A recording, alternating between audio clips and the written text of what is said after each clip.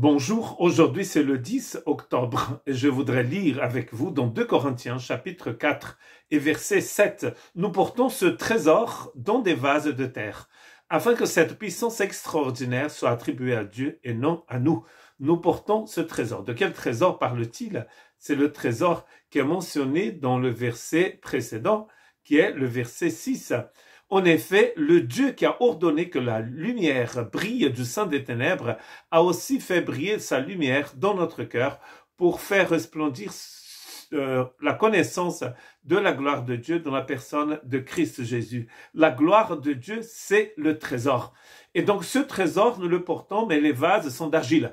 Dans 2 Corinthiens, nous allons trouver d'autres fragilités. Il va parler par exemple de notre extérieur qui se détériore. Il va parler aussi d'une chair qui est faible, il a une faiblesse dans notre chair. Et ici, il compare l'homme et la femme, l'être humain, à ce vase d'argile. D'avoir des vases d'argile à l'époque de Paul, c'était la chose la plus normale. Dans toutes les familles, dans toutes les maisons, tout le monde avait ces ustensiles en terre cuite, qui pourrait être donc une assiette pour garder de l'eau, pour boire du vin. Tout quasiment était fait en terre cuite. Il n'avait pas, la plupart des gens ne pouvaient pas avoir du métal et des choses plus précieuses. Et donc ça veut dire il est en train de dire que vous et moi, nous sommes comme des vases de terre. Notre corps, notre existence humaine, c'est comme un vase de terre. Ça passe. Si ça tombe, ça casse et on peut rien faire en plus. On peut fondre le verre et en faire un corps du verre. Mais une fois qu'on casse un vase de terre, c'est fini. Et donc, vous voyez qu'il a une grande fragilité en nous, mais nous portons ce trésor dans des vases de terre.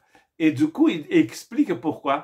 Pour que cette puissance soit attribuée à Dieu et non à nous. Parce que nous savons très bien que si cette puissance était attribuée à nous, nous allions faire énormément de dégâts parce que nous ne sommes pas comme Dieu. Je ne sais pas si vous avez vu déjà le film Bruce Tout-Puissant, je trouve très intéressant parce que cet homme va recevoir la puissance, mais pas la sagesse, l'intelligence divine, et il va faire beaucoup de dégâts avec la puissance qu'il a reçue.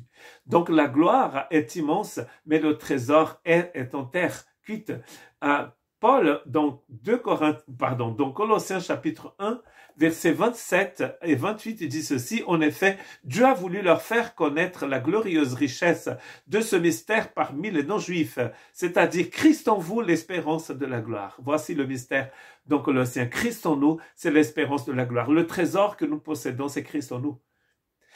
Certaines personnes vont penser que le trésor, c'est la prospérité qu'ils vont recevoir. Ils vont demander ceci, ils vont demander cela, et ils vont recevoir. Et pour eux, ça, c'est un trésor. Mais nous sommes encore dans le monde. Ça, c'est une idée du monde. Le trésor ici, c'est pas quelque chose, c'est quelqu'un. C'est le Christ. C'est lui que nous annonçons, il dit dans le verset 8, en avertissant et en instruisant toute personne en toute sagesse, afin de présenter à Dieu toute personne devenue adulte en Jésus-Christ. Voilà, ce trésor est en nous, nous sommes devenus adultes. Vous ne pouvez pas posséder quelque chose de plus précieux que Jésus-Christ. Que Dieu vous bénisse.